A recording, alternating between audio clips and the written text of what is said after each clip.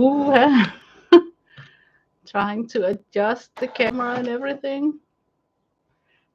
Let's see, I think I'm live. Yeah, I'm just gonna fiddle a little bit with the camera. You see, I like having the color on my desk so that my camera doesn't freak out totally. Okay, like this would be cool. Yeah, let me start the stream.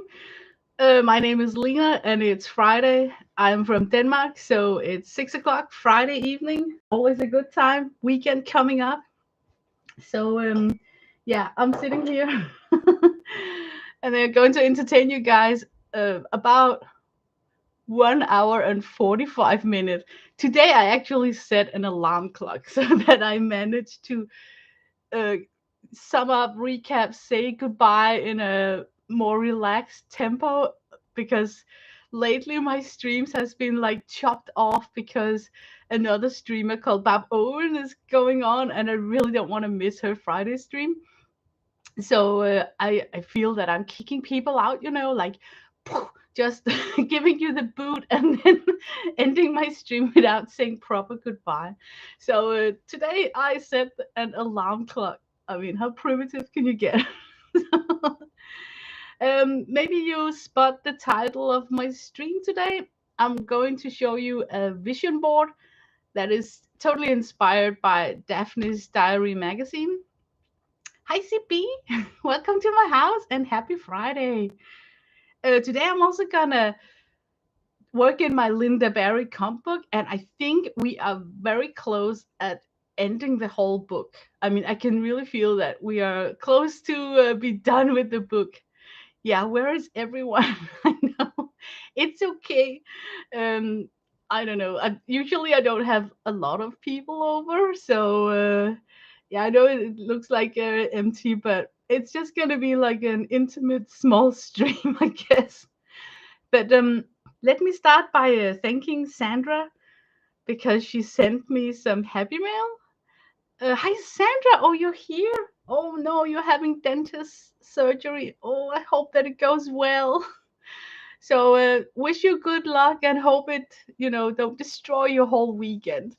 Lots of ice cream. Remember to shop your favorite Ben and Jerry's on your way home, okay? So, but Sandra sent me some happy mail, and some of it I already utilized. Not unlike a total fancy artwork, I simply glued it into my notebook. Just make a page spread where I used her tag, so beautiful handmade tag, and then my camera like this, and then I got the envelope because that's how I am. I saved the envelopes, and then I got inspired by a paper bag, one of the paper bags. This one, the artwork on these bags are just really likable. You can trace them, copy them. So I really like that one.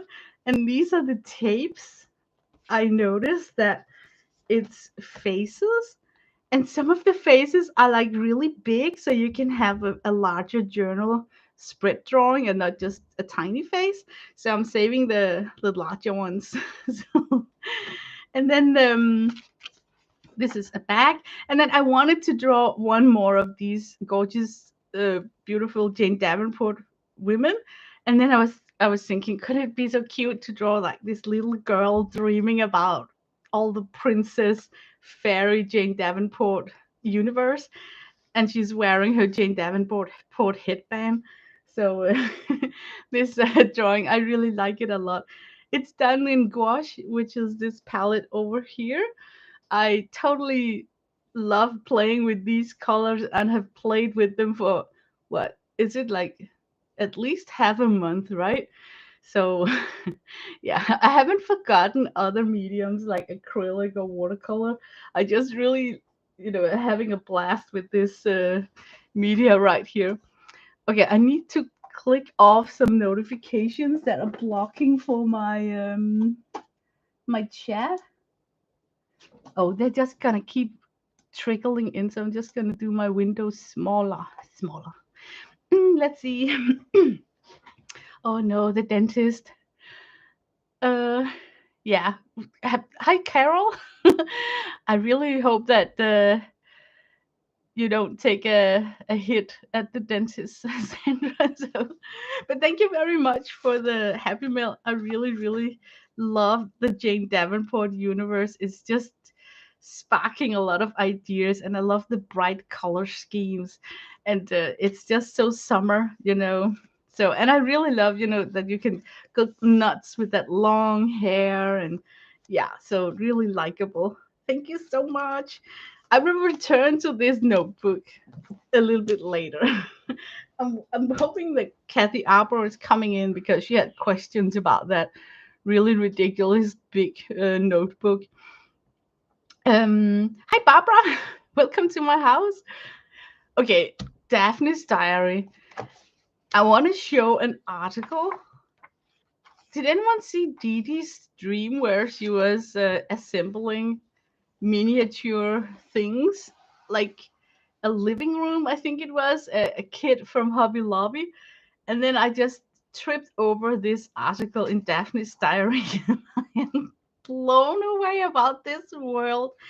No, I'm not taking up yet another hobby. I don't think so. But I am mesmerized about the scale of these tiny, tiny pieces. And they just come off so stinking cute. What's up with things when they're getting shrink down into tiny, tiny, small things? I mean, look at the pastry. I mean, oh, and it's made out of clay. So, and I got clay, you know. So, yeah, how hard can it be to at least try making the pumpkins or the bread even? And yeah, I can feel I got like a, a little monkey on my shoulder who just can't let this pass. That is so insane. Oh man, but go watch Dee Dee Willingham's latest stream where she is assembling this dollhouse that came with so many things. She, I think it set her back like 9.99, and it was just packed with light and even a very fulfilling step-by-step tutorial description, you know, which I would think that when you buy something that's kind of inexpensive, that it's a knockoff from, I don't know, a country that's really bad at translating things. So the instruction sheets would be like incoherent. And you would end up using tools that's not in the instruction, you know. But it seems to me like everything was well described. So I wouldn't be afraid of buying a kit like that. But like I said, I'm not venturing into yet another hobby. But I took out this magazine because I might butcher up the name. I call it Daphne's Diary. Um, and for those who know this universe, you can imagine that they once had an article about creating, they call it a dream board. But what it is actually like a vision board or a master board. I think you can call it a lot of things. But basically, what it is that you take a large sheet and then you start pasting things or drawing or writing on this space about your illusions of what you're gonna be spending your time on in a period of a year. So, yeah, I'm really bad at explaining this. Anyway, in this magazine, they often comes with posters, and I don't really use those posters. I don't put them like here is a poster. I don't put them in frame, or they just linger in these magazines. And it's such a shame because, as you can see, they are folded up so you only view the blank page of them, so you don't really enjoy them. So I got an idea.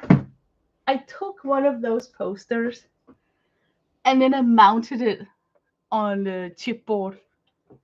And the chipboard was from packaging of a really large watercolor pad. So look how big it is. Look how big it is. It's so big. I'm gonna turn it sideways just so you can get an idea of how large the posters are in Daphne's diary. So you can see that you get a pretty good size real estate to work on. It's not like squeezed in. And everything about this poster comes from watching Kathy Aber's latest stream. Kathy Aber had a really, really nice stream. Her last Thursday stream, she talked all about inspiration and getting into drawing and the joy of drawing. And she showed a lot of interesting books. And hi, Janet. I haven't been on long. I think I've been on this planet for about 50 years. But here on YouTube, only like, let's see, 11 minutes. So you didn't miss anything. You know me, in my universe, 11 minutes of speech is like you didn't miss a thing. So, oh, Bentley's house minis. Ooh. Oh, I'm gonna get sucked into that universe, CB. I'm telling you, I can feel it. Ah, but okay, back to this. Kathy Aber was showing a book. She showed several, but what really caught my eye was a special book where the artist was making tiny, small daily day drawings, a bit similar like what's going on here. I looked at it and I was thinking, oh, that looks like eye candy. And then the idea just grew that I wanted to utilize the Daphne Diary posters to create myself a summer vision board. And the way that I attacked it was that I got a shelf of journals up here, and then I'm writing the journals that I'm working in right now. So it's not about predicting the future. It's more about what I'm working with right now and what I assume that I will be covering, dipping my toes into this summer. So I wrote my composition book. That's my Lynda Barry book, right? My really big notebook, I use that most for journaling. So it's not really an art book. It's more like a swatch journaling, like not so art related, but still a bit creative.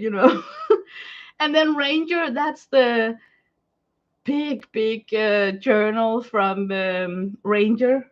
Oh, I don't have it near me, but the one that got like four. Okay, yeah, I should dig it out. I think it's easier to just show it.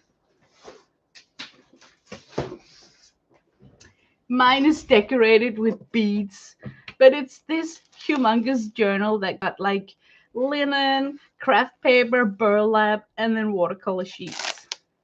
I like working in this one. I think it's more about the size. I like the big pages. So those are the three journals I've touched ground with so far. Then I took up Bible journaling, you know, or maybe you don't. This is my Bible. I'm mostly in the New Testament because I don't know, you have to start somewhere, right? So I started like decorating and I'm totally just drawing inside my Bible. And I skipped to places that speaks to me, like here there is a paragraph where they're talking about planting your seeds, like how can I explain it? Like if you have something valuable to tell people, if they're not ready to listen, then you're planting your seed in non-fertilized soil. So the idea will never grow up. So there is this kind of a story here about some seeds that are being planted on bare ground. Nothing grows there.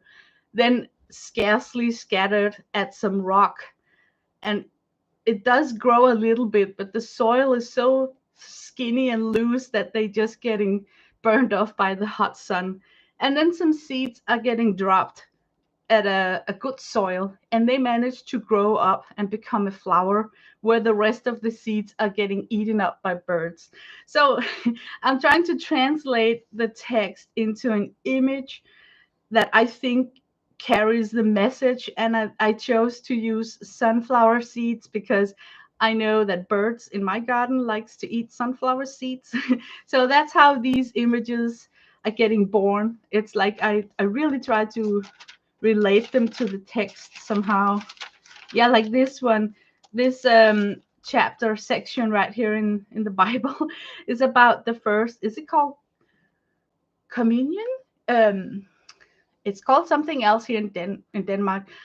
The first time Jesus shared bread and wine with his disciples. So of course I need to depict the wine and the bread, and I draw it the way I thought that it would be at his age, like a clay mug of wine inside. You know, Bible journaling. Okay, I know that I have been doing some of that, so I drew it right here. Then I'm gonna do some urban sketching. Of course, I'm gonna go out there and do some real life urban sketching because now it's summer, right? Hi, Gail. Just got home from chiropractor. Oh, good. You can tick that off your list. um, so I just drew some houses to illustrate that. I'm working with gouache. That's this palette right here. And then I actually received some new gouache, and then I just took the 6 colors that intrigue me the most in the new palette. And then here I am I'm really trying to be outside every day for 20 minutes just sucking up that vitamin D. So it's like a task, you know. So whenever the sun is out, I'm trying to go outside, and I will continue that throughout the whole summer, and it really pays off.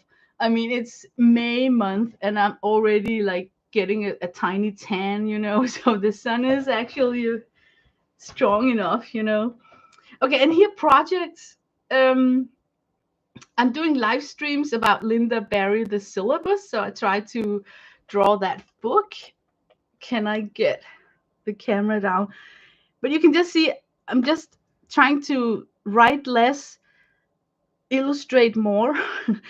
My Lynda Barry journal, me and my hubby, we're gonna build some birdhouses because we got a colony of sparrows, and yeah, they would just enjoy another row of homes. So yeah. And then I got a big easel and I got some really large sheets that I enjoy working on. So I know for sure that this summer I'm gonna continue playing on my easel. And I just do it on top of the poster, but it kind of merges in and becomes I really like looking at it. I think it's nice to look at from a distance because I followed that tiny sketch uh, layout that I saw from one of those books that Kathy Arbor showed. So I really like that illustrative way of trying to do some penmanship and then some small drawings. So yeah, let's see. Last time I did a vision board was January 2020. Well, that vision sure got shoot to all heck. Oh yeah, 2020. That whole year is just yeah. But my plan is to do this often. So I mounted this poster with repositionable. Oh my gosh, can I express it? Okay, it's a scrapbook tape glider where the tape is not that sticky, so you can take off and replace your collage item. So it's not like a glue runner. It's more like sticky tape, double-sided sticky tape with less sticky, so you can take it on and off.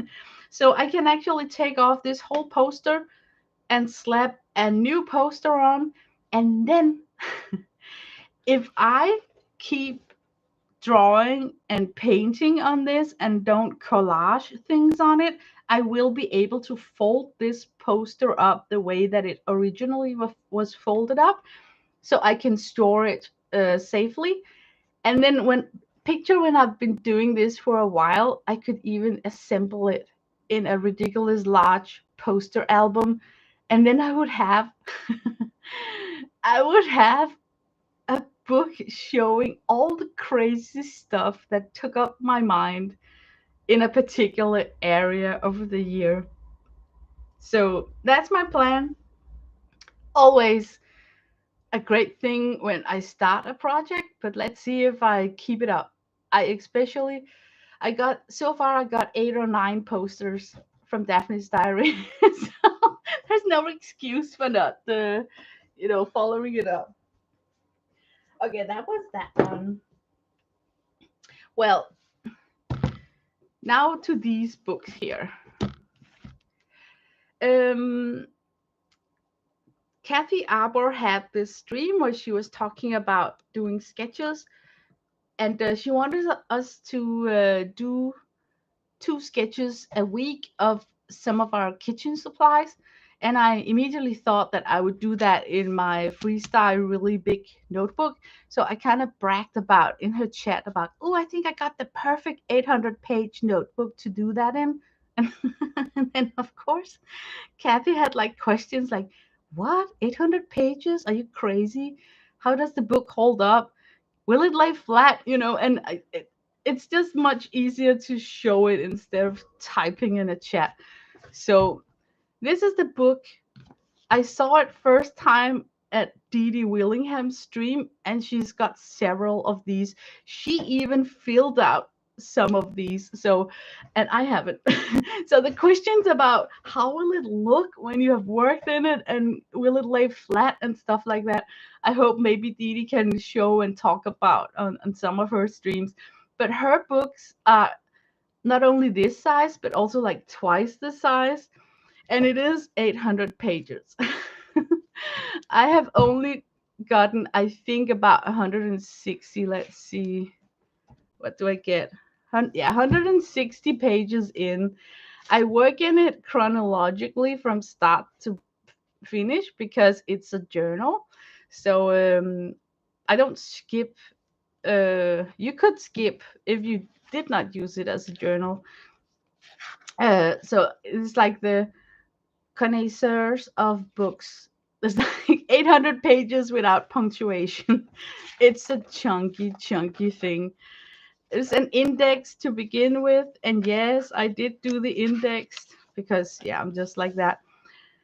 I use it as journaling, where this is a song that I wrote the lyrics for, and these are journaling spots. So you will see that all over the book. Collage. I'm not gonna show you all 162 pages, but maybe you can get an idea of look how I'm just collaging things in. None of them got like a high profile. It's flat, tiny stickers, so it doesn't add that kind of bulk to the book. These are notepads, so it's just like flat, but still collage. Oh, Janet, what is that? But as you can see, it is a little bit, artsy. I paste in stuff like swatches. Here I'm testing out oil pastels that I just bought. These are, I cleaned up my son's room and we laughed so hard when we found some of his old things. He once wrote a message for me. This is his message. So yeah, those 2 pages is just, yeah. An origami whale. Oh, here I did a project for Bob Owen, and then I took pictures of it, so I will remember it myself. So, of course, it's journaling, it's thoughts, it's swatches, it's a little bit nudity. I put a clip on it so I won't get trouble with YouTube. Cats. This one is from Bob Owen. I did think that I could use this one for that project with the, oh my god, the penis pump man. He was a regular in my store, and he bought a penis pump, and he had the difficulty with making the pump work. And then, of course, where can he ask someone about how to make it work? You go down to Lena's store, right? So that's why we baptized him the penis pump man from that day on. These are from Norma the Limo. Her art piece is so beautiful. This is sticker from Sandra. trying brush lettering, not that good. But look, this is why I thought that I could have sketches, because I'm watching TV and then I sketch the politicians that are talking, the news host. Do you recall this guy? It's Anderson from CNN. Can you see it? I swear he's not human. He's either a robot or an alien in disguise. I don't care what you guys says. He is so immaculate, perfect, always having this crisp, clean, white pressed shirt. It doesn't matter if you watch CNN during winter or summer, he never gets a tan. He's always like that pale white guy, you know? So I had to draw him cats.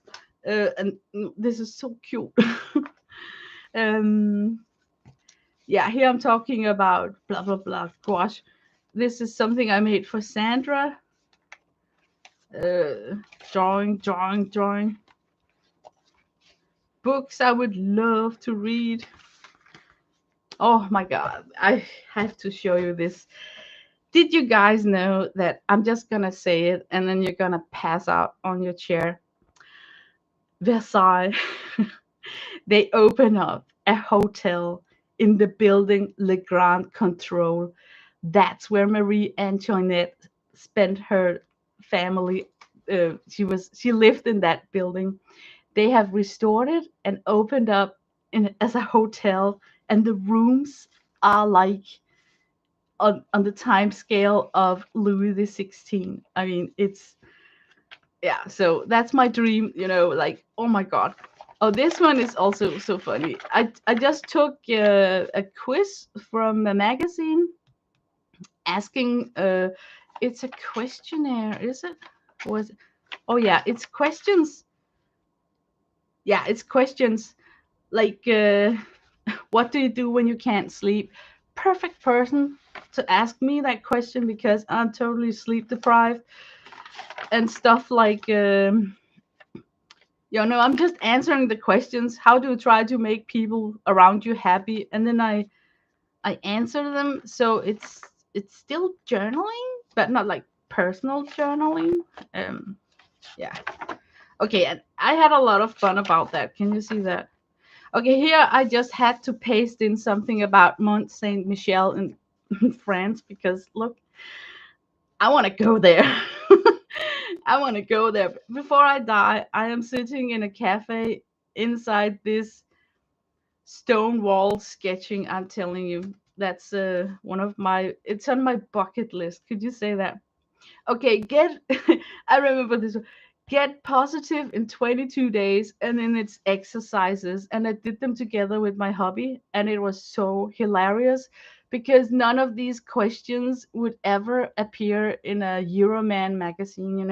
So, and some of them were like really lame, like, oh, did you know that jumping and using your body fills you up with happiness? So the next time you see a trampoline, don't pass it, go inside and jump up and down on it. And when I read that prompt, I was like, are you freaking kidding me? Trying to tell me to trespass? And don't you guys know what happened when you're past 50? There's no way that I can you know, jump on a trampoline without drip pissing in my pants. And I can just picture the owner watching out of their window, seeing this trespasser just going nuts, pissing on their trampoline. So a lot of these questions we just cracked up because we had a sick image coming up in our head. But it was so much fun to do them with a guy. Yeah, and I showed this page spread. So yeah, but I take this on and off. It's not like a regular thing. Uh, it lies flat. I think it lies flat. The spine is super pliable and soft. And I think if I refrain from collaging too much stuff in it, it will still lay flat. The more I move towards the end of the notebook, but it's like eternity when it comes to notebook. Who, I mean, yeah, I don't even know who has any idea of filling up an 800-page notebook. but it's here. So yeah, I just wanted to show it because Kathy Arbor were talking about having sketchbooks and stuff, and I think it's so cool to have a designated book for, you know, a thing that you do. And I actually have that. I just haven't used it for a while. Does anyone remember that I took a trip to IKEA 2 years ago, and then I bought this book in IKEA for like no money at all? It was almost like they throw it at you when you leave them. Come back, poof, and then you get a free book. I didn't throw this out when I came home, mostly because I really like the title. It says, "It's nothing, but yet still it's something." And I felt that really covered my my artwork sometimes, especially when it comes to sketchbook. So this title is perfect. It's nothing, but yet still it's something. It's practice, right? This book is filled with shapes and lots of empty spaces, so you can draw your version of this glass on this page. That's how I use it. Look how many blank pages this one got. There's a lot of shapes, glass, pottery, cutlery, vases, fun shapes. So what I do is that I actually like, can you see these right here? They are this one. So what I do is that like I got a reference photo and then I try to make it. So that's how I work in this book. And look, there's so many, so much room to do your own sketch. So you don't even have to raise your butt. I worked on that one. And get outside in your kitchen. If you have a book like this, I think that's the second best to sketch from if you don't have the item in front of you. You still, I mean, you can switch between those two because it's also great to sketch from real life. But if you have a picture of this and you don't think that you have any idea of what to sketch from your own stuff, I think that this is just priceless. So I did, this is something I drew that one. And some of them are like this one, I really took my time. That's this one depicted over here. But I still have some errors in the, I can see it. I don't think you can see it on the stream. I can see that I got some light value issues. Yeah. but but what I'm trying to say is that I'm gonna participate in Kathy Arbor's want to learn how to draw. Um, could you call it a class? Okay, I'm gonna call it a class, and I'm gonna use this book, and I'm gonna switch between sketching from real life and the days where I don't feel like that. I can sketch from this book using the images in this book. So that's how I'm going to attack doing 2 sketches a day. Hi, Lori. So, yeah, that was that book. Okay, now I talked a lot about that. I have to manage my time. Let's see. Head suit. Okay. You know what, guys? We're almost done with this syllabus book. Today, I'm going to talk about page 110, but I actually think that it has a wide span. It's like from 110 to the end of the book, evolving, hovering around the same topic, the same exercise. So I kind of feel that this stream and maybe a last stream, and then we have rounded up this whole syllabus book. How about that? That kind of amazed me because look, it looks like I'm halfway through the book, but seriously, this other half here is almost like repetition, more detailed about what went on page 110. So my stream today is going to be a little bit different because I want to attack that fact that it might be the second last stream before we are rounding off the whole syllabus book. So, hi Michelle. I'm still gonna work with syllabus, but not. I'm gonna show my comp book because I'm telling you guys, this is taking that detour that I think Lynda Barry wished for us that it will take, like where you leave the book on the shelf and continue the journey, like we are almost graduating, So let me try and explain a little bit more. First of all, let's take a look at my journal. I'm flipping. This is Janet M. Young's scene. We are getting close to where I took off last time. We were working on these pages, The Burning House.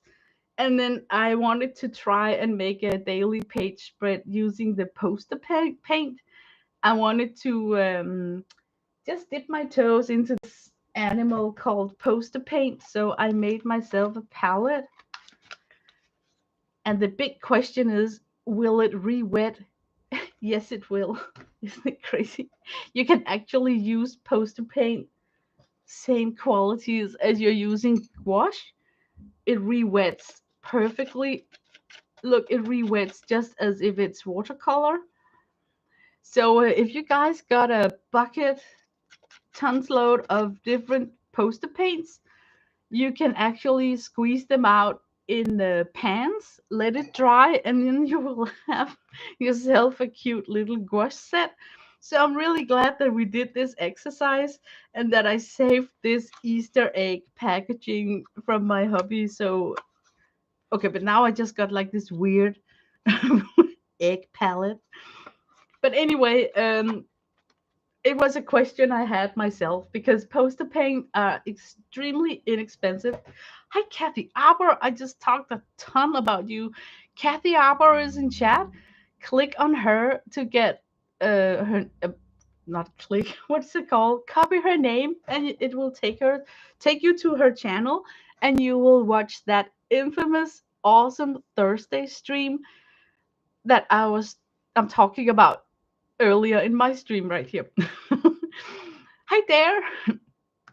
But anyway, poster paint is super inexpensive. I find that it has similar quality with inexpensive gouache from Arteza. I wouldn't mind mixing them.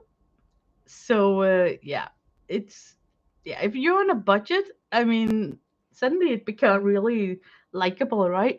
So, okay, so of course, because I kind of noticed that okay, I can work with this. I don't need to carry around the big jugs of poster paint. I can squeeze it out in a palette, letting it dry. It became portable for me. So I went in and took the time and made a swatch card, and it was a very disappointing outcome because the hues are very similar to the palette itself. I didn't include black and gold because they're going to eliminate, they're just going to add black to these, But you're not able to mix a green or a different color that's going to surprise you, or it's just like really muted setback, reminding me of the Graphitint Derwent pencil set or watercolor set, like muted. So yeah, but you have to make these swatch cards if you have some paints and you're wondering what can I get when I mix it together, right? So okay, and this page spread right here, I didn't feel that anything happened that day. We have days like that, right? Please tell me I'm not the only one. Okay, I actually have days where I go to bed and feel like, huh, nothing really happened that I wanted to highlight. So instead, I chose to do a page spread that was a dream week. Like, how would my dream week look like? So I just took a sheet from a planner, and then I wrote that on Monday, we're gonna fly to Charles de Gaulle, which is an airport in France, right? We're gonna check in on Ariel's Chateau de Versailles on the Grand Control. I can't even say it. That's the hotel at Versailles in the Louis XVI style. Yes, we're talking really, really expensive week here. Mm. about 13,000 Danish kroner for one night. What could that be? Like 300 bucks? 300 bucks for one night. But you get your own butler. 24 hours own butler. You got your own golf cart to drive around in the huge garden. So it comes with perks.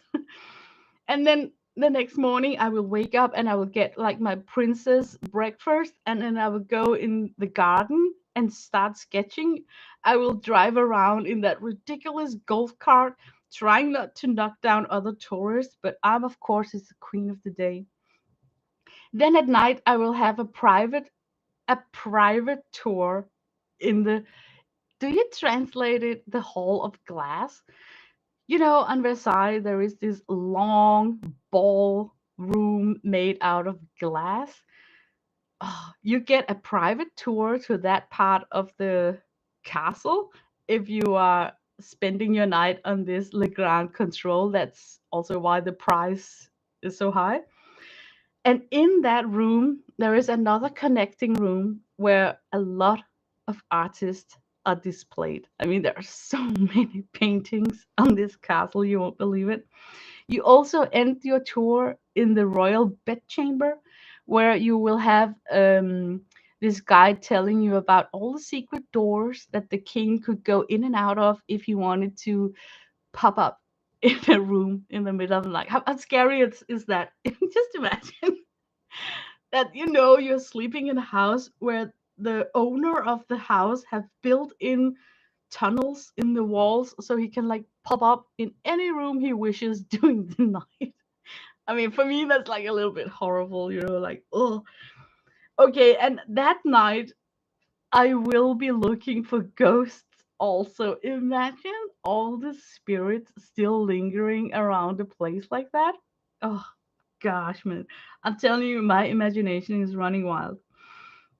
On Wednesday, I will be dressed up in clothes representing the 17th century.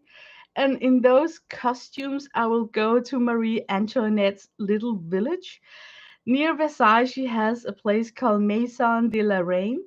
And she had built up for her and her kids this fake little village with a miller and farmers and gardens and everything, like an illusion. Nobody really lived there, they only worked there. And it was called Maison de la Reine.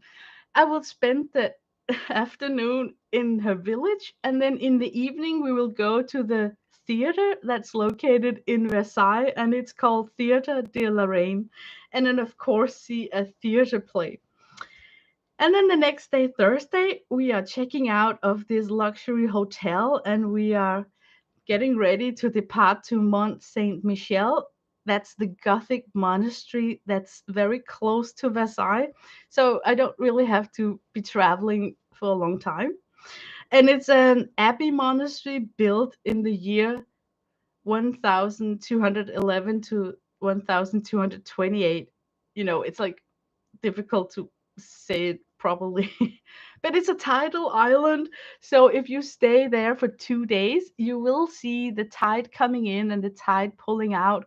So you will have, if you stay there for 2 days, the ability to walk out on the sandbanks to this Gothic fortress, stay there on cafe, eating dinner, walking around, and then go back to the main land and then watch the next day as this island is surrounded with water. I mean, that is like, ah, that's just yummy for a sketcher, right?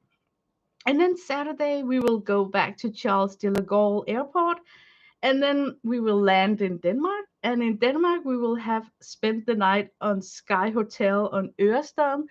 And that's a very special hotel to me and my hubby.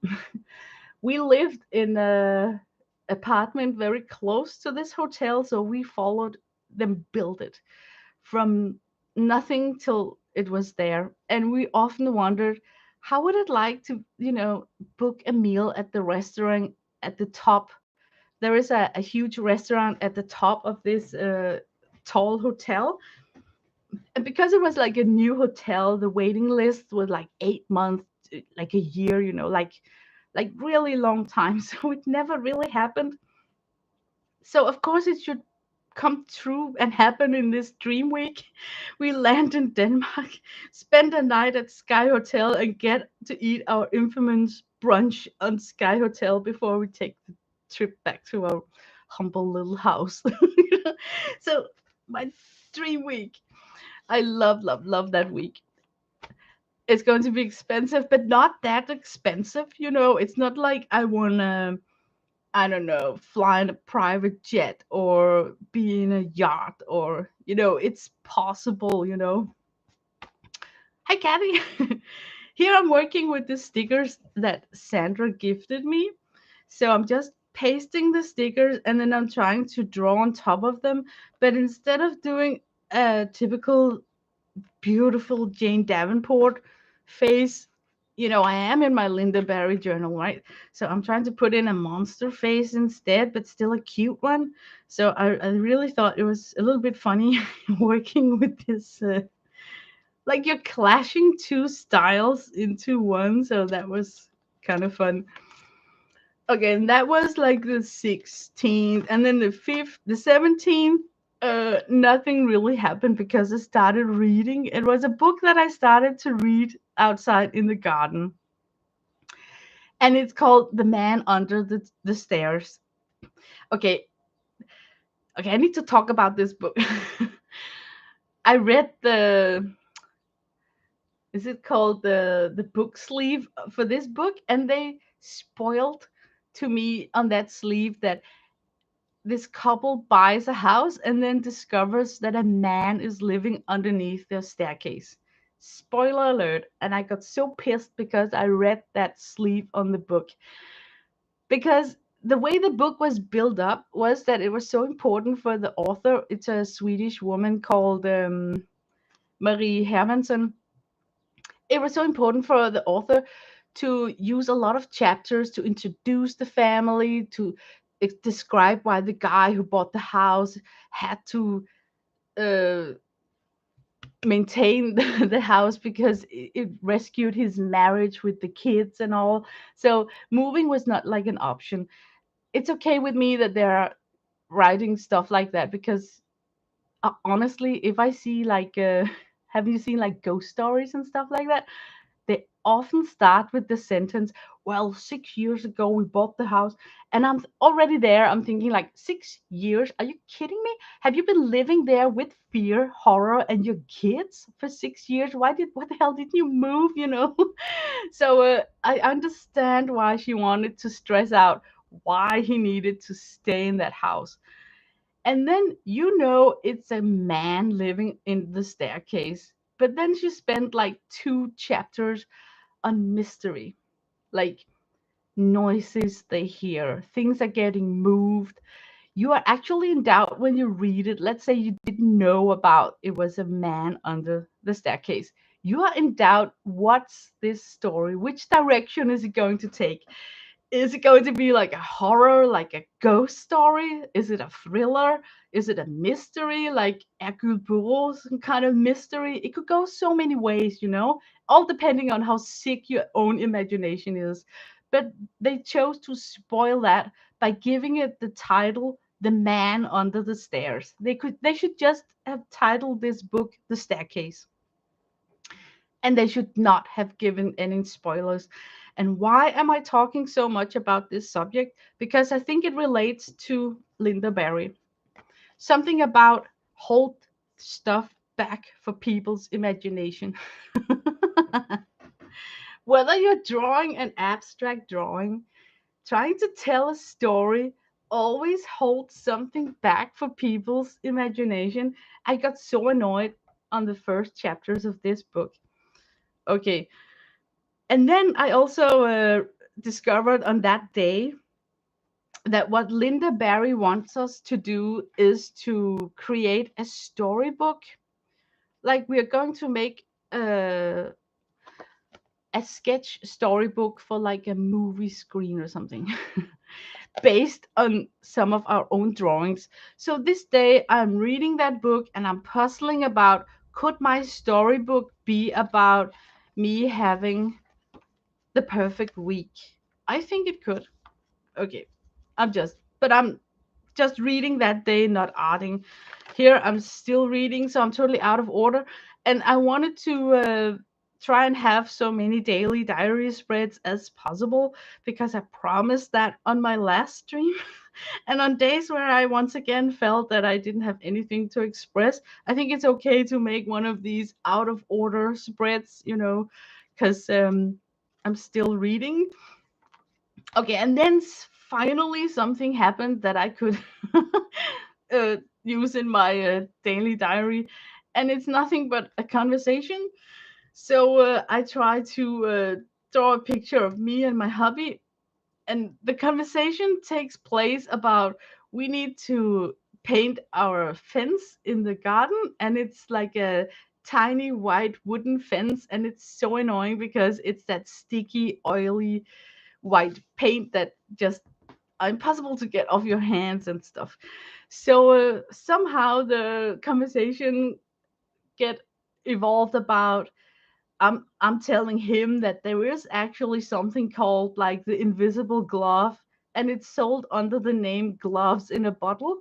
So it's a good substitute if you don't want to wear real gloves. And then him he's creating this image in his head that it's like real gloves, but they're like invisible. So while I'm trying to tell him about this glove in a bottle, he's interrupting me with these sentences like, "Oh my God, how annoying it must be if you forget where you put them." And then I'm like laughing, like, "Ha ha ha, yeah, the problem already start in customer service. Like, damn, no, they are not delivered. The box was empty." And then we're laughing. Ha ha ha. Also annoying, he says, if you think that you got both gloves on your hands, but you only are having one on. So, annoying. And then I'm saying something like, and you constantly think that you'll run out of glove in a bottle if the liquid is transparent and invisible because then you can't see when you're emptying your bottle. And then he's saying that it's first when you messed up your gloves that you dare take them off and put them away aside because then you can find them again. And then we're talking about it's like a perfect scam sale to sell people an empty box with invisible gloves inside. But somehow I managed to draw this crazy conversation. So yeah, that was that day. Okay. um I'm having a little bit issue with this stream, this Lynda Barry stream, because I need to step out of the sandbox, like I said, and take my own journey with the syllabus. And that's what I mean, that I feel that we are about to graduate as soon as we take independent move away from the syllabus. Huh. Follow me on this one. I promise you there is like reason behind the madness. Remember that she wanted us to put a piece of paper together in folds, so we got these squares. In these squares, she wanted us to draw a lot of people, and then she wanted us to give them title, like he's a smoker, that's a princess. And then she wanted us to draw with first non-photocopic blue pencil, but later on she's asking us to ink up the sketches. And when we start inking them up, one line, one dimension, fast sketches, she's coming with the statement that she loved these the most because the line work is fresh. She doesn't really give you a conclusion why she finds these so interesting. She's hovering a little about. She brings back the word the unthinkable mind. She brings back that word and connected to this line work drawing, saying that she liked these drawings because she feel it comes from the unthinkable place in your mind, and because they are so quick drawn, black and white, one dimension, they bring a different kind of life with it compared to if you have had a professional illustrator doing this story right here. I read this over and over thinking, you know what, Lynda, you can't skip conclusion. Something is missing. Do you feel what I feel? Like how can you talk about I'm going to teach you guys about the unthinkable mind. I'm starting by introducing the word on the first page of this book. When she comes to the conclusion, she just let it hang there. It's just flopping in the wind. She's not telling you her um, analytic opinion about why does she find these so interesting. So I am such an anal person that if a teacher does that trick to me, just letting me hang there without a conclusion, I have to find my own conclusion. So I have had my brain cooked like a freak about getting dropped like that. Um, so from now on, if you guys are watching this stream, from now on, I'm putting away this book and then I'm going to talk about how I will work with this exercise and pull a little bit more flesh on the bone to satisfy myself. And the flesh I'm putting on the bone is not something that comes from a book. It comes from my sick universe, my own thoughts, and they are created out of irritation because Lynda Barry does not speak about it in her own book. So be prepared. It's gonna be weird. So if you're like a true Lynda Barry fan, this is out of order. She is the professor. I know I'm not the professor. I don't teach. I can't teach people, but I can at least defend my thesis. Okay. Mm. Are you ready for this? It's going to be a little bit difficult for me to explain. Let's see. Yeah. Let me just see chat. Are you guys still there? Oops. I think you're still there. I don't know if my chat is broken. Okay. The exercise, you take a lot of faces and then you put in, like, she could be a doctor, she could be a teacher, she could be my neighbor, my best friend in high school. I'm thinking it's okay with me that you plaster things on people and put them into boxes because then it's easier to absorb and what's it called, consume. Things need to be in a logical box if you're trying to learn something. So I get that. What I don't understand is why is nobody talking about how come that a one dimension single line drawing sparks more imagination compared to a perfect illustration of a picture look-alike thing?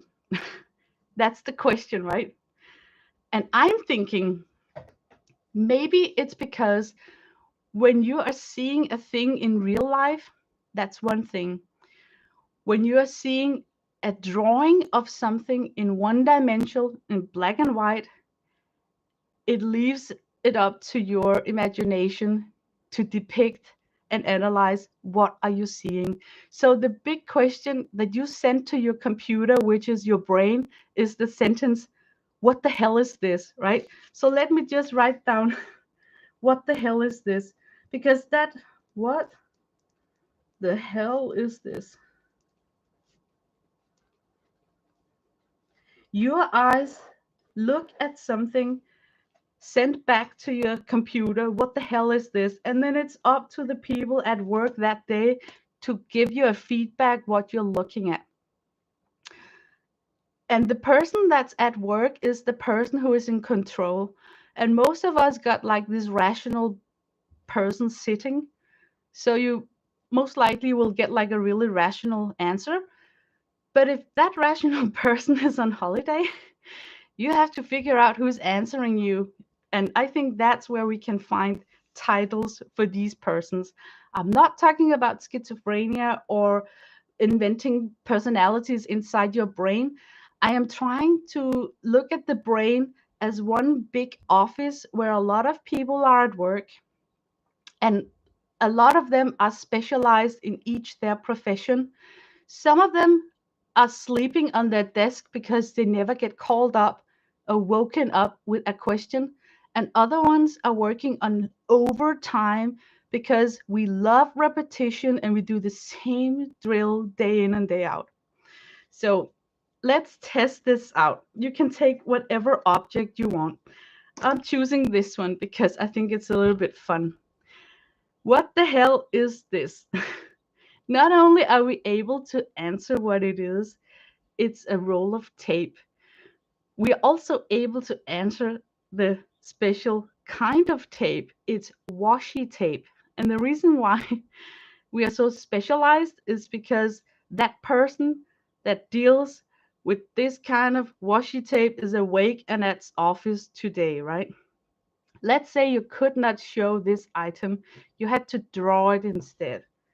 So what I do is I'm working out of the Lynda Barry theory that a black and white one dimension line work is more interesting to look at than showing a real life reproduction. What's it called when you can draw something that it looks totally picture perfect? It's called something special. It's called like oh my god, help me out. You know, when you're able to draw something that looks like the picture, uh, it has a name. It's called hyper realistic. Yes, realism. That's it. Realism. A real illustrator would be as close to realism as possible, so your mind will still land on, oh, that's washi tape, right? This is a Lynda Barry tape roll. Let's start asking people, what the hell is this? And it's all depending on who are you asking. And I'm thinking that because I'm taking this cognitive approach to what my mind is feeding me with information back, right? So let's say that this rational person, we'll just call her rational. She's the CEO of my brain. She will tell me it is a shape, and it's true, it's a shape.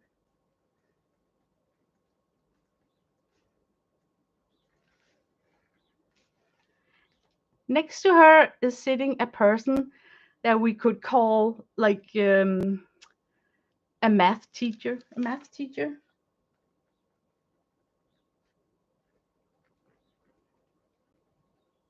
She would tell you that, oh, that's the number 0.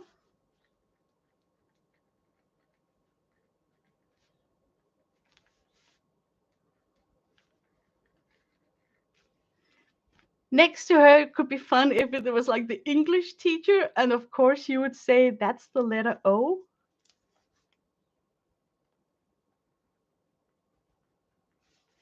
I just write English teacher verb. She's saying letter O.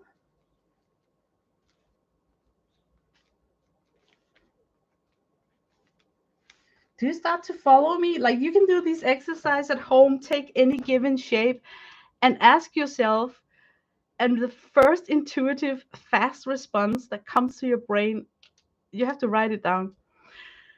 Next person could be like geometric, like a geometry teacher saying that that's not the letter O, that's a circle. So I'm just gonna write geometric. I don't even know. Is that a word you can call a person? uh, she can define that the shape is called a circle because she is educated within how to define shapes. Then we got a scientist saying that, of course, this is oxygen. O is for oxygen. Don't you know the periodic system? So how do we write that? It's just just write science.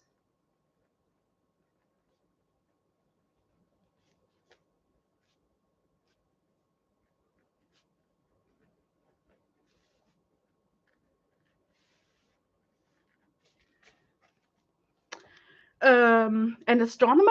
This is a little bit far-fetched. That's a planet. Yeah, it is, because if you are an astronomer and you're used to look at the sky and planets in your daily life, when you see a shape like that, and that's a planet, what do you write? Astronomer? Can you call her that? She would say that's a planet. Uh,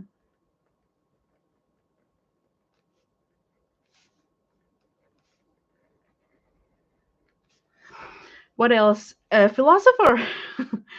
Okay, far-fetched. A philosopher would say this is a symbol for eternity, going round, round, round. So she would think about infinity, eternity when she looked at this. That's how she would translate it. Could we call that a philosopher? How do you even spell that? Hmm. Oh my god, now you can really see how I am spelling so bad. What do I write? I just write eternity. Infinity, that's a good word. Infinity. That's what I think she would say. um, Next to her is sitting a web programmer. I am married to one, so I know that for him that's program language. 1 0 on off. It's totally computer program program language. You can program artificial intelligence by using one and zeros, like yes, no, on, off, left, right. I mean, it's programming language. A web. I'm just gonna write web wizard. She's gonna be a web wizard. She's gonna say it's computer language.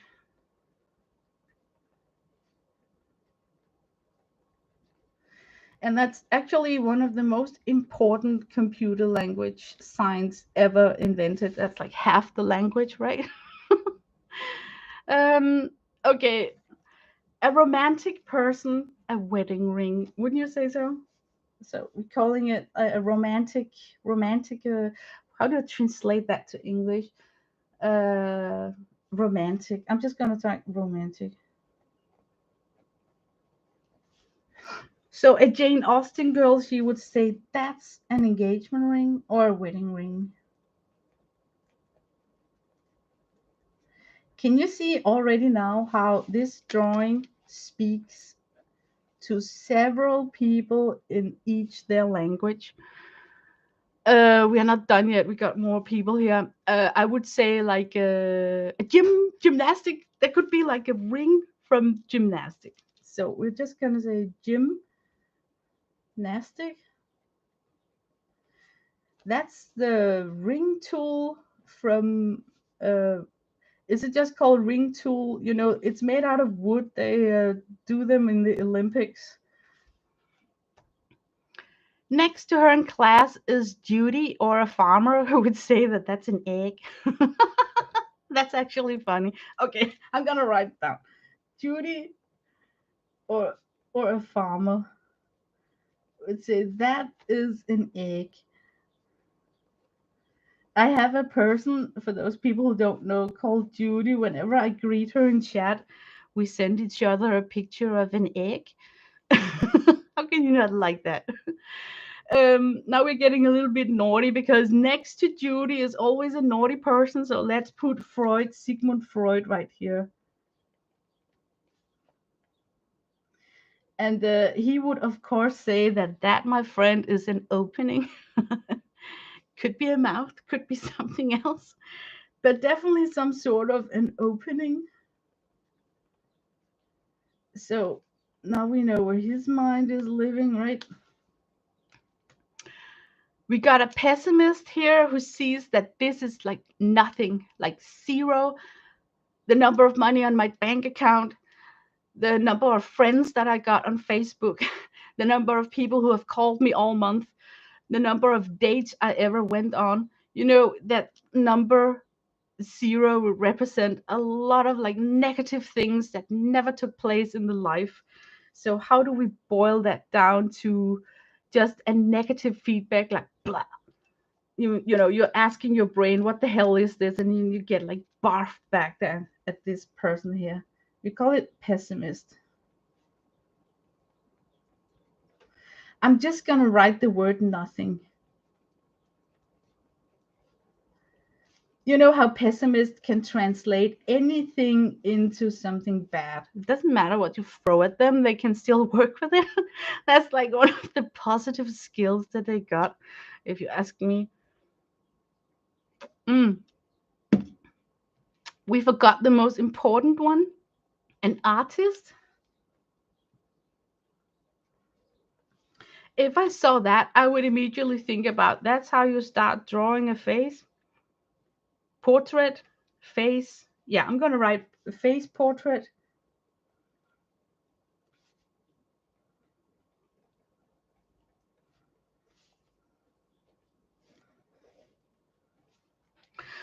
Two more.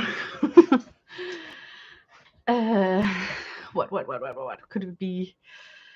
Um, a sniper, a target, like the center of Red Bull. So this is a target of where to go or where to be or something to pay attention to, like end station. What else? We got one left. I'm thinking. I don't know if I got any idea for the last one. Okay, I'm gonna leave that open. I could say I would call it me then. Yeah, that's a good one actually. What I am trying to illustrate here is that yes, I can draw a bunch of people in a grid, trying to make them look like different professions. I don't know what it would give me of information, but I can understand if the essence of this reaching the unthinkable got this philosophy behind it, that whoever is at work in your brain is the one giving you the feedback. So when you look at this shape, you can get a lot of answers, and it's up to you to decide who you want to feed. Because remember that golden rule, people always say that what you feed will grow.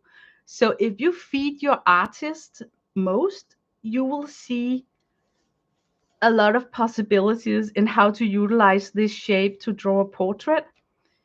If you feed your inner scientist, you will immediately be reminded about that's O for oxygen, and suddenly you're locked into a booth, you know? If you're an English teacher, that's a letter O, you can continue writing something. If you're a math teacher, it becomes a number.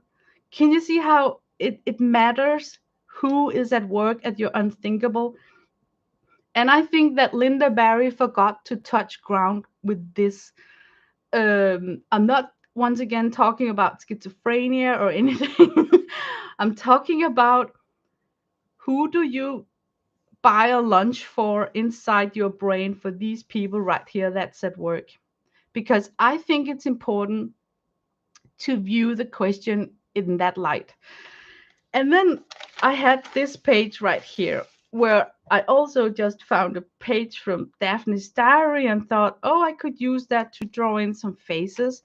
But I want something that's more like meat on the bone. So I want to talk about 7 intelligence, because we all know that some clever people have decided that there are 7 levels of intelligence in this world. Don't ask me why, but we actually got 7 of them right here.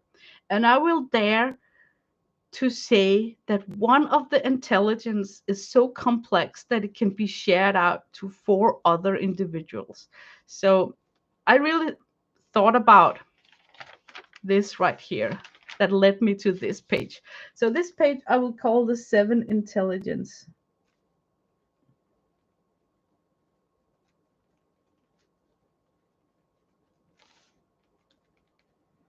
And just to sum them up, um,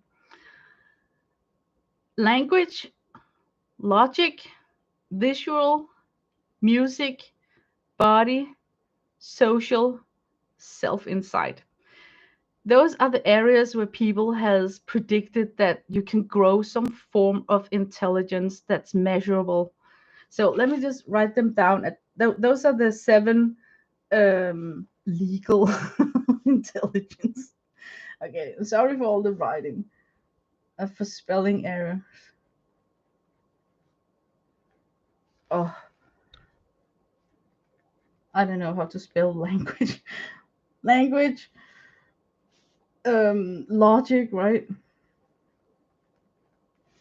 Visual, music, body, social, and self-insight.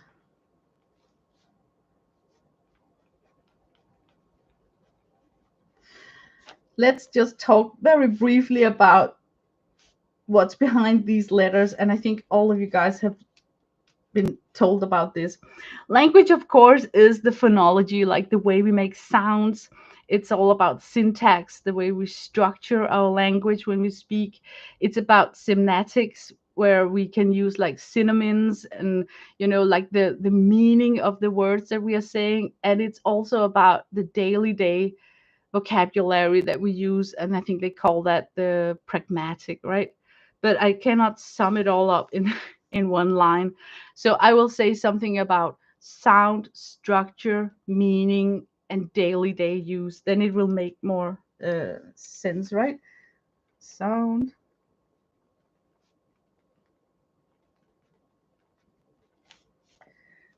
structure, meaning, and then the last one I'll just call daily day. And the daily day use is like if you were hanging out with a bunch of people that swear a lot, you are most likely to copy their way of expressing themselves. If you hang around Johnny Depp's ex-wife, you're most likely translating your language from words into violence. Oh my God, I have to say about this. How far out have you become when you are so lost of words that you need to step up and express yourself by shitting on someone's bed? I mean, I can't even predict a time in my life where I've been so in loss of words that I need to express myself with poo. That is like the lowest way of communicating. That is like showing the opposite of intelligence when it comes to language. That's like really scraping the floor right there. So, yeah. Logic, I think it's something to do with mathematics, and it's very easy to measure in the adult world logic because it's all about puzzles, riddles, mathematic um, puzzles. So I'm just gonna write math right here, and the math for me is logic thinking. I could be wrong. Visual, I think, is the most interesting one of them. And that's the one that I want to work on in my Lynda Barry book because it has to do with art. I think visual is much more about how you depict a room, how you are able to watch 3D dimensions, how you are able to look at details and the subtract details, how you're able to look at color, think in pictures. It's a lot about the abstract thinking. Can you see how this one is just getting more and more into the creative, the unthinkable? Like it's an intelligence where you hide your images, like she talks a lot about. So, how do I boil that down into something? I would call it images. IMAGE, images. I also think that it's composition. it's visually, you can see something is off or wrong. You know what I mean? Like Janet is able to look at two lines and immediately show that that line is wonky or longer than the other. You know, like it's a visual intelligence, a visual skill. So I would say abstract um uh analyze.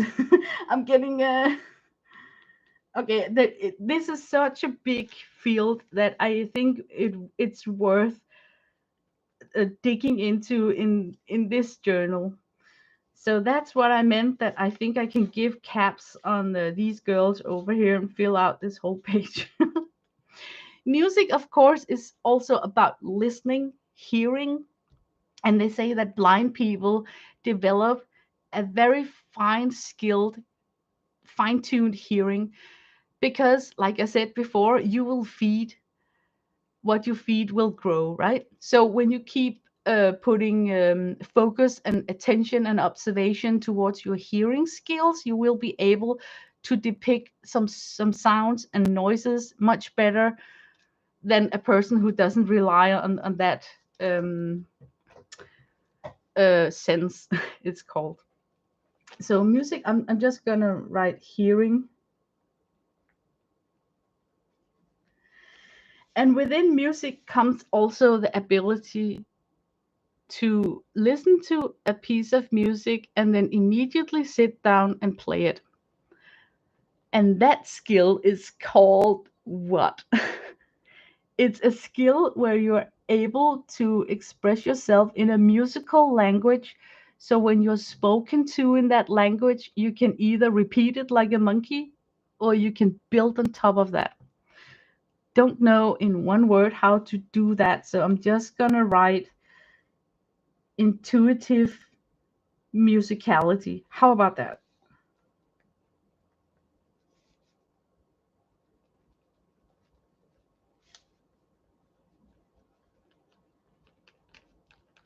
That was a really doesn't look English at all. Body, something to do with having, sports, people who are exercising sports or people who are working with their hands develop a very fine skill with quick reactions. They know exactly how to use their body and how far to push it, their limits, and they are able to develop this kind of super body, If you go to a circus, for instance, you can see that the artist can do something really incredible that's like non-possible for the rest of us who lives in a world where gravity have kicked in. So intelligence with body is to learn to understand when your body is telling you, I reached a limit, stop, I'm saying stop. Or the body is telling you, you can push me and train me further, I'm still here. So it's about knowing yourself and your limitation. So how the heck do we sum that down? I would call it like limitation, listen, and 100% cooperation with your body. So when you think that you're going to do something, suddenly your hands are doing it. You know what I mean? Like some people are just extremely skilled with tools and stuff like that. And it's not only a muscle memory, it's also a skill in their intelligence where they know immediately what not to do and what to do. So they see a problem and they know how to solve it with their hands as long as their hands are busy and touching it. Then the info gets to them. So I'm just gonna write feeling, feel stuff, touch. This is not gonna make any sense when I look back at this page in a month.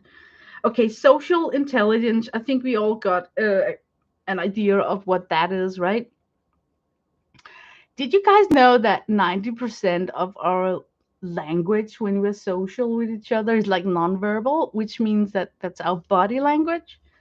So I think that we should include the body language down here instead of up here.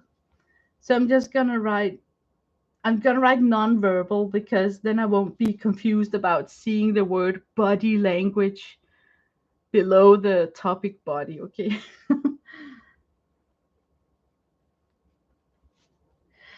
This social skill right there, we talk a lot about scammers, and is it called when people are getting, what's it called when you are fooled by a guy who's pretending to be someone else and he know exactly how to approach you to make you feel that you're interested, and he knows exactly what to write so that you start building up inside your head images about this perfect Prince Charming.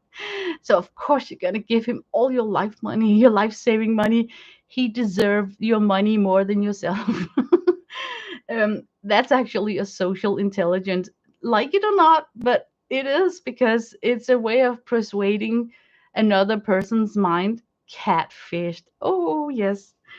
So I will also say that catfish, people who can catfish have sort of graduated one of the lessons in the social school. Wouldn't you say so?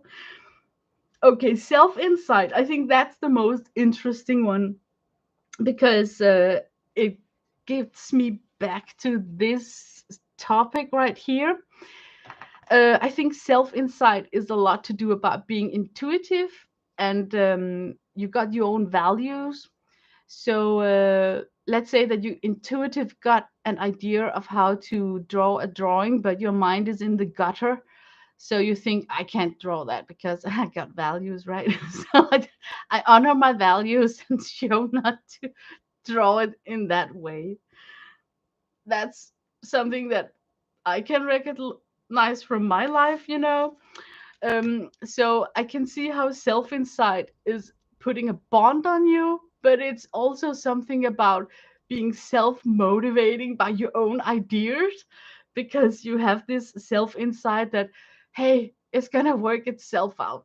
Good, you know, like life is good, you are positive. As long as you're positive, nothing bad can come out of it.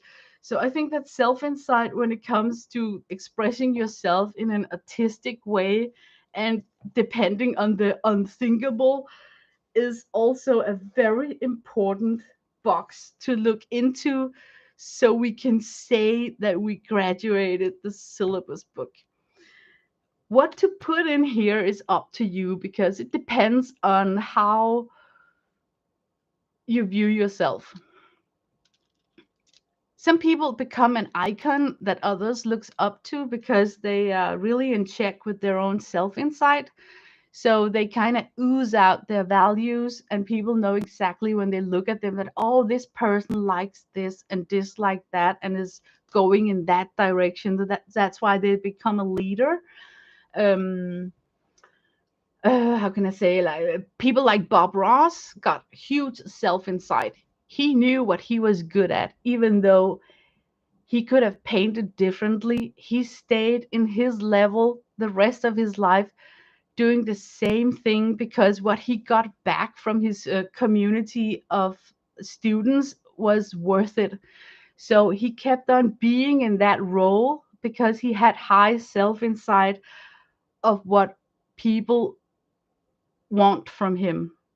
So I'm not saying he's a seller. I'm just saying that he was a very intelligent artist who also was a businessman. Yeah. And I'm saying that because it's impossible to be doing the same thing over and over and over for so many years without trying something new, um, unless you're in business. So a lot of people would claim that, oh, he's so intuitive and spontaneous and he just paint from the top of his head. No, he don't. He make it looks like he's intuitive, but trust me, there is an idea before he approach the canvas, because he needs to stay in a certain level and that style where you soak your brush into turpentine. Is the way that he gets those fuzzy blending soft blends. You don't see him sit with a very tiny brush. You know, you never see him starting a canvas putting ochre on it and then toning his canvas. You don't, he just goes straight on with the pastel tones, right? So it's like he's got a recipe. And the reason why he's got a recipe is because he is highly intelligent in what he can offer and what people want. So I think as an artist, if you want to do business, this is a very interesting box to look into. But I think that if you're studying this book, you should at least take with you um, that there are places in your brain that are areas that needs to be fed. You need to feed your visual intelligence by thinking about color, spatial conception, accepting abstract things, think in pictures, read maps and diagrams, because then you get easier if you're painting by grids. So if you start feeding those boxes right here, I would bet that things would spill over to the other boxes, because that's how our brain is. If you learn something in one box that's usual in another box, it will just pull from that box. And I'm saying this because it's I think it's important to be mindful with what you are feeding your brain with and why you're doing it, because then suddenly you will realize that it becomes much more fun to get your own style, or approaching a level where you wake up and all seven of these intelligence are happy, because that would be like true happiness for me. I'm not talking Maslow, Abraham Maslow's pyramid of needs. I'm talking about, in a happy life, I need to wake up, ask my brain these seven areas, and ask all these people here, what are they feedback to me? And if all these people tells me, Houston, we are okay to go, then I know that I'm happy. Then I know that I've been feeding the philosopher inside of me, the math teacher, the English teacher, the rational person, my artist, my romantic, my scientist. I'm probably also spilling over to these area right here. And I think that the unthinkable comes as a product from these things here. So I know that this was like really strange to talk about, and maybe I am hanging. People are hanging a little bit with the the mash love. You can't just throw in. I learned it years ago. 1, 2, 3, 4, 5. There was a guy called Abraham Maslow, and he says that you need some fundamental needs covered before you can jump to your next need and start exploring or enjoying it. So he had like the need down here was like the physic needs for like food and water. I'm just gonna write food, water. When you are fed and you're not thirsty any longer, then you can start looking for security. Tryghed. I think sleep even is down here. So if you're like totally sleep deprived, then according to Maslow, you cannot realize your ego if you're sleep deprived. I can prove him wrong right there. Okay, that middle section is the social. Like you need to is OCEAL.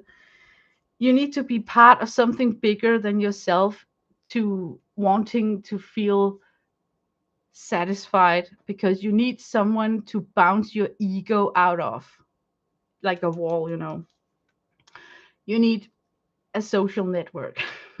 And I think it's because we are mirroring ourselves in a lot of people, so we also need reference groups that we want to mirror ourselves up.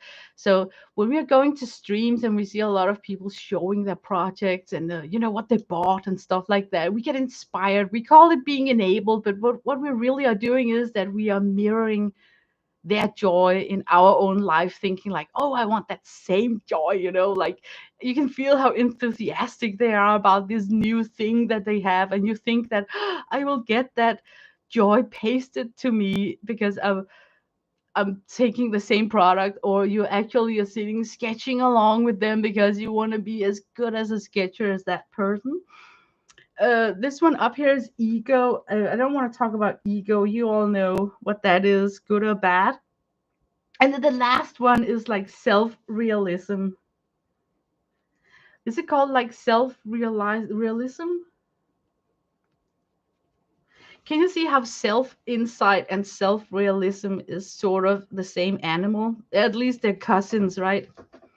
But why I'm not like talking too much about Maslow is because I don't think it actually is like that. I can still art and be hungry and feel self-realized because my painting work. But I understand that there are some needs to look at. I just don't get why is Lynda not including these things in her book? I think it's missing.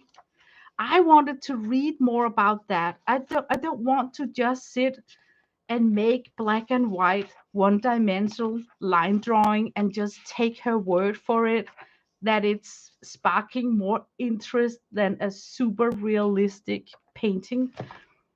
So that's why I actually think that maybe it's because when I do a one-dimension black and white line drawing, it can be meaningful for a lot of people, meaning a lot of different things. I think she should have had that exercise, and I think I would rather do these exercise like that than sit down and paint 50 people. It's a chef, it's a baker, it's who's name calling these uh firemen. It's these people down here. They are telling the brain that, oh, that looks like a poet because he's want to kill himself. I mean, that looks like a fireman. It's these people giving feedback like what they are working with as a job. So instead of talking about what they are saying, we should talk about who are they? Who do you have inside of you? Who do you feed on a regular basis? And are some of these people meeting up at work and never get asked anything? So they're just like sleeping at their desk. And I think if all of them, you wake up in the morning and all of them is saying, Houston, we are all okay to go, then I think you reach happiness because then everybody is happy. Nobody is complaining. They all got works to do. So that could kind of be the task for my Lynda Barry. Like, let me see what time it is. Oh, 38.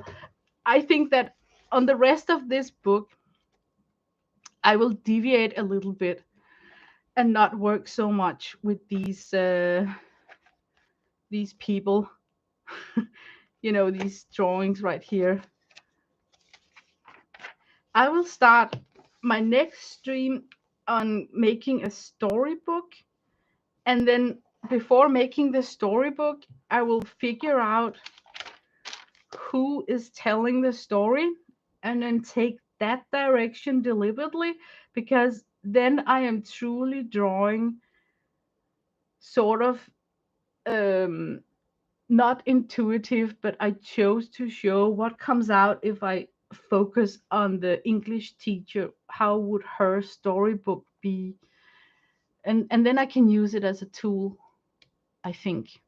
Because then I would know that I really worked with a subconscious subject. And the most shitty thing is that when you work with your brain, what you're trying to study is the thing you're studying with. So it really gives you a lot of boundaries, unless you put yourself in very specific tasks.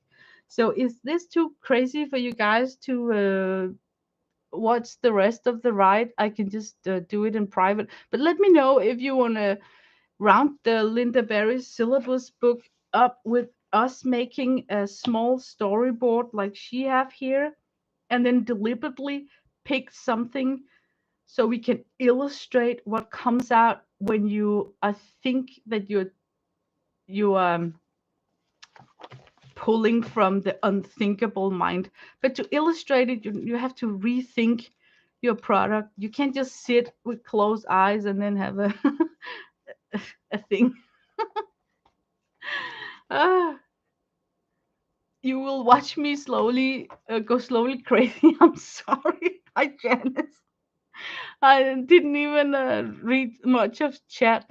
It is just so much I've been thinking about, because I reach a state reading Lynda's syllabus where I just had to think like, no, no, no, no, no, she can't let me linger like this, because she's the professor, right? She's supposed to analyze and explain these things.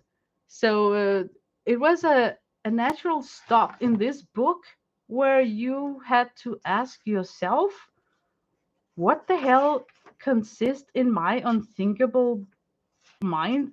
What's going on of activity inside the unthinkable? Who's who's sitting at the desk in that office, right? And I think maybe in a clever way, that's why she constructed the book like this, for the reader to reach that same fork in the road. I don't know. Or maybe I am crazy. I don't know. Yeah, but let's see.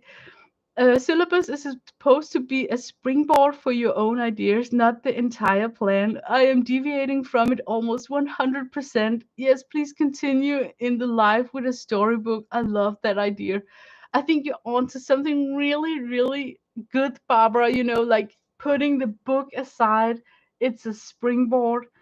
Um, it's like some tools to how to analyze a room, with sound, noise, um, like visual intelligence being asked. So yeah, okay, but that's actually what roaming around inside your own head, but trying to get inside a character's head. Split personality works, huge imaginative trip. Yes, Janet. And that's why I'm saying that I'm not talking about schizophrenia. I'm talking about uh, trying to simplify things in your head and imagine that you got a team of people at work, and that maybe makes it easier to talk directly to one of these persons and then see where it leads you. So, in a nutshell, different ways of creativity. Yes. Okay, but that's actually what I had for you guys today. So, yeah, I don't even know how I'm gonna finish off these pages. I don't think that I would understand them myself when I look back. I think I'm just gonna leave them there. But that's what I've been. Oh, you love the border? Oh, thank you. Yeah, it's just like one tone and then a darker purple in the edge of it. So, mm, yes, so true. You really need a full person. And that's why it's so good to read books and not just watch the movie. Um, okay, I got an alarm right here. And the alarm is there because now I know that there's like 15 minutes before Bob goes on. So I actually get the time to say probably calm and easy goodbye to you guys. But it's true, you need sometimes to read the book to understand the person. So that's why I always make sure that I read the book first and watch the movie after, and not the other way around. So it's just so much more giving. About Lynda Barry also talks about images. So when you are building up a character, you get images inside your head. So that's just so perfect. But okay, I think I want to sign off now, because I think Bob Owen is coming on a little bit earlier, and then we all have time to go get some coffee and go to the potty, feeding the potty people. Love your ideas, Lena. Need to run. Yeah, bye for now. CP, have a nice weekend. So, thank you, Michelle. Thanks for everyone coming. Sorry if I didn't say hello to you coming in. So, I'm wishing all of you a nice weekend, and I'm gonna end the stream. So, bye bye.